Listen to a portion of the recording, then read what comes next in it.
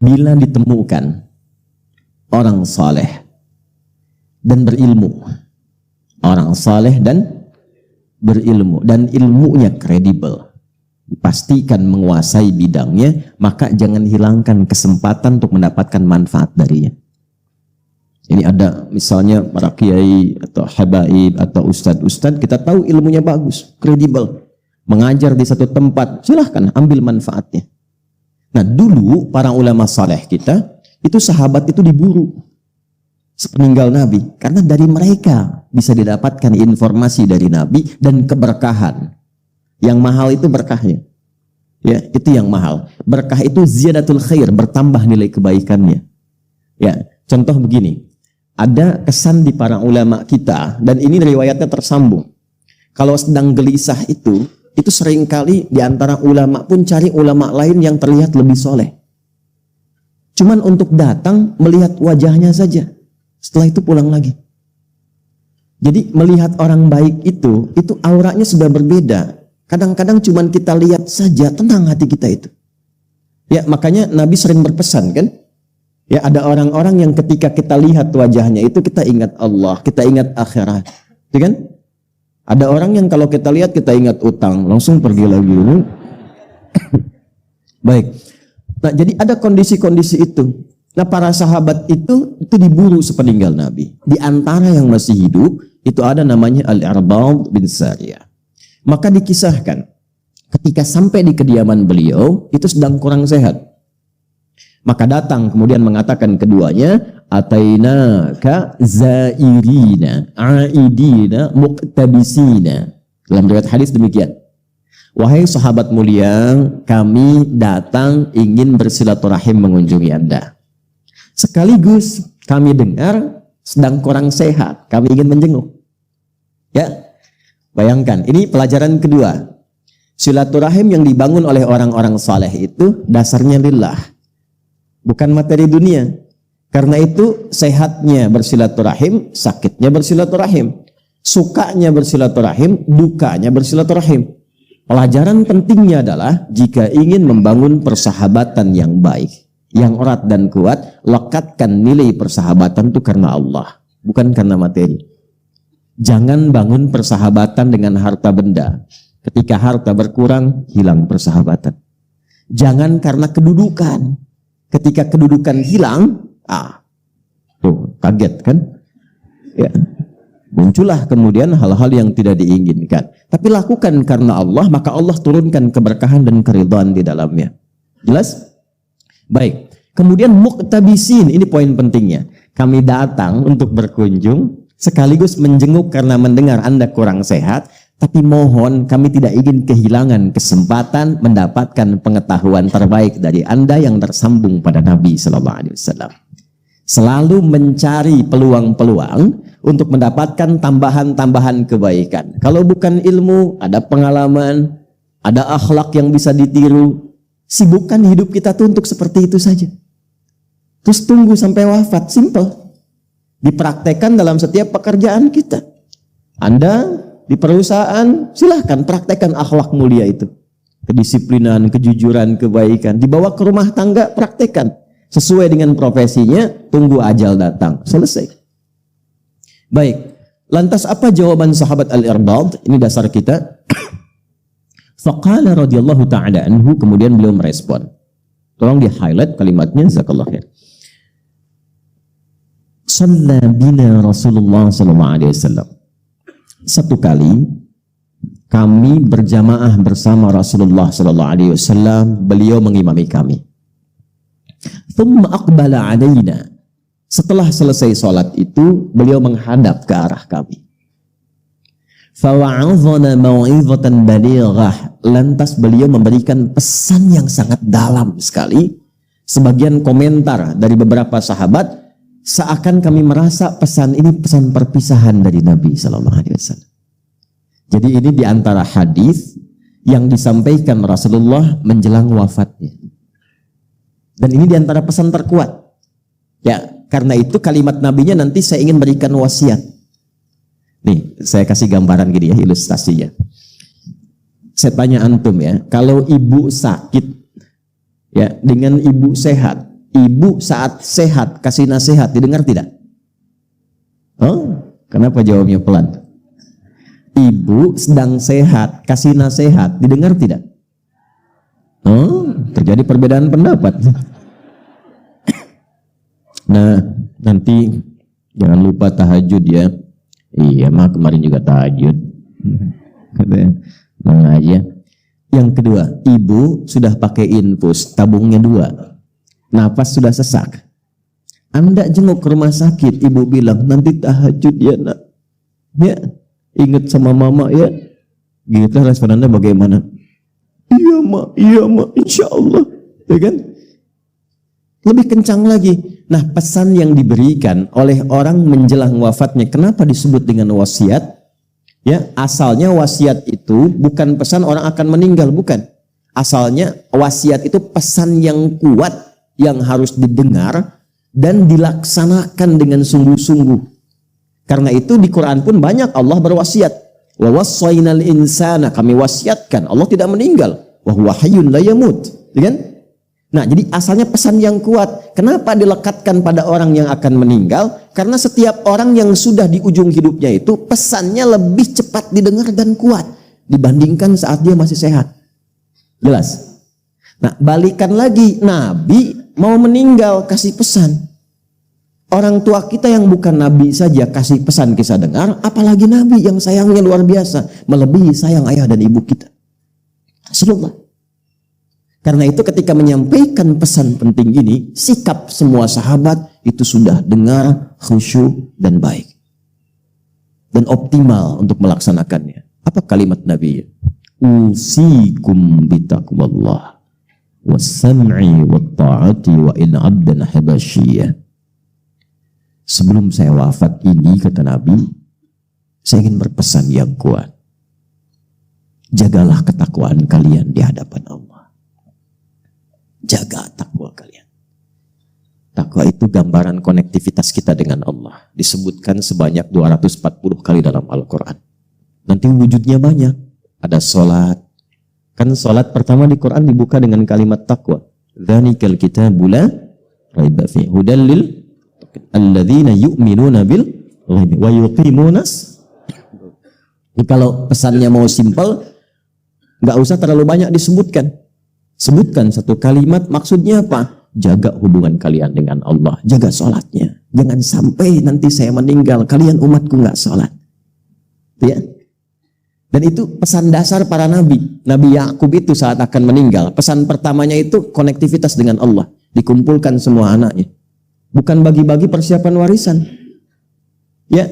Yang disiapkan itu adalah kerukunannya dulu. Materi gampang, kalau anak rukun, harta gampang dibagi. Kalau nggak rukun, perpecahan mungkin terjadi. Yang paling penting itu kenal Allah dulu. Karena sifat rukun itu dasar utamanya kenal Allah. Quran surah kedua ayat 133. Am kuntum syuhada'a idh hadara Ya'qub al-maut. Anda pernah nggak dengar kisah ketika Nabi Ya'qub itu di penghujung mautnya? Idh qala li banihi ma ta'buduna min ba'di. Apa yang beliau kerjakan? Beliau undang, ajak anak-anaknya dikumpulkan untuk memastikan setelah wafat kenal Allah apa enggak nih. Ma ta'buduna min ba'di, anak-anakku, sekiranya papa meninggalkan kalian, kembali kepada Allah. Kalian masih kenal Allah enggak? Papa pengen pulangnya tenang. Apa jawab mereka? Qalu na'budu ilahaka wa ilaha abaika Ibrahim wa Ismail wa Ishaq ilaha wahidah. Pak, jangan khawatir. Tidak ada yang melebihi kepatuhan kami mendengar nasihat papa kecuali pengabdian kami kepada Allah. Kami ikrarkan, papa mau pulang sekarang atau besok atau kami duluan, insya Allah kami akan jaga tetap kenal dengan Allah. Anak yang dikandung, diberikan ASI, disayang-sayang dan sebagainya, di penghujung usianya dia mengatakan, tenang mah, saya akan jaga sholat. Tenang pak, saya akan baca setiap ayat-ayat Quran di penghujung kehidupan ini supaya mendapatkan nilai yang lebih baik. Pernah? Itu poinnya. Maka Nabi mengatakan, itu untuk semua, untuk kita, umatku. Dalam era beliau, sahabat-sahabatnya di hadapannya.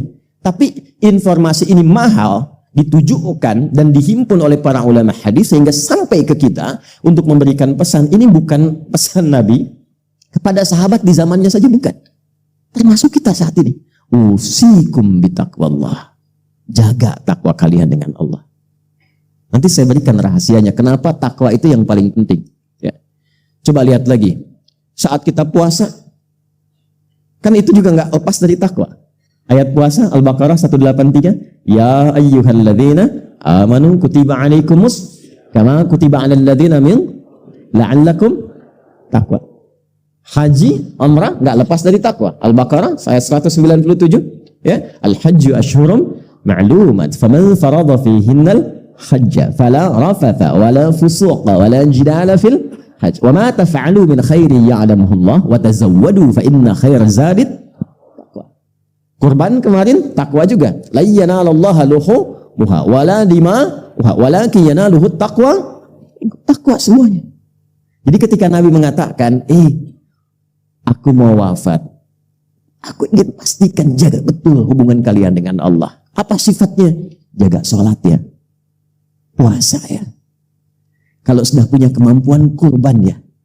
Kalau sudah cukup bekal, haji umrah ya.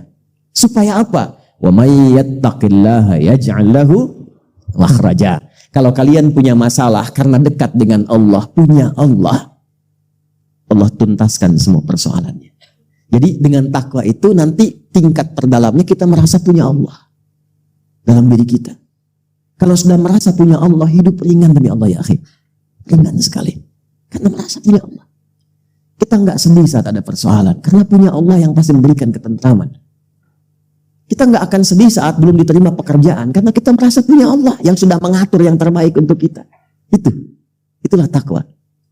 Ya, wattaqullaha la'allakum tuflihun. Tingkatkan takwamu kepada Allah supaya engkau lebih bahagia. Wattaqullaha wa yu'allimukumullah. Tingkatkan takwamu kepada Allah supaya terus bertambah pengetahuanmu. Kuncinya itu. Sebelum Nabi wafat, kalimat takwa itu yang pertama diwasiatkan. Itulah rahasianya. Kenapa setiap pekan khatib Jumat memberikan pesan takwa. Itu. Kemudian wasam'i wa ta'ati. Kalau sudah jelas, sudah paham, dengar patuh. Maka kita sebutkan sami'na wa ata', bukan sami'na wa nanyaina. Kami dengar, kami konfirmasi. Ya, kalau udah paham, lakukan. Subuh 2 rakaat, sudah 2 rakaat saja, nggak usah banyak dibahas. Wah, berdiskusi mencari dalil kenapa subuh 2 rakaat. Udah 2 aja. Semakin dicari, semakin nggak sholat nantinya. Paham? Ya. Kemudian jaga hubungan baik dengan yang mimpin kalian siapapun. Doakan mereka, mereka mendoakan kalian, dan saling menyarankan pada kebaikan. Walaupun mungkin tidak ideal seperti yang kalian rasakan.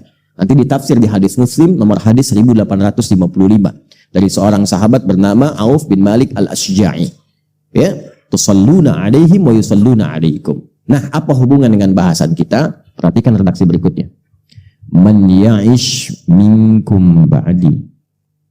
Siapapun yang hidup di antara kalian setelah saya wafat. Itu batuk. Siapapun yang hidup di antara kalian setelah saya wafat. Man itu menunjuk laki-laki, perempuan, dengan semua gender, dengan semua tingkatan lintas sosial. Semua, siapapun.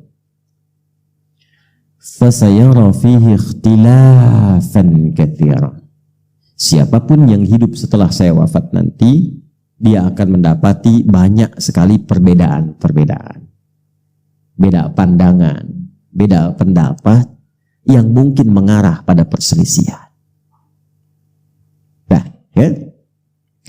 Kemudian apa kata Nabi? Fa'alaikum bisunnati wa sunnatil khulafa'ir rasyidin al-mahdiyyin min ba'di.